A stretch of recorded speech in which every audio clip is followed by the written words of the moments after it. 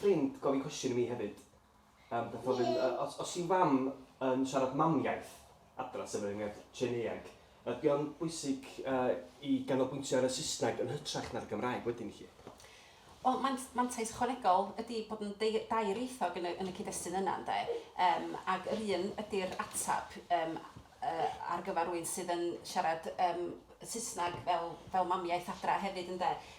Os oes yna riant yna sy'n gallu siarad Cymraeg, mae'n bwysig parhau i siarad Cymraeg fel bod y seilia yr iaith yna'n gynnar iawn.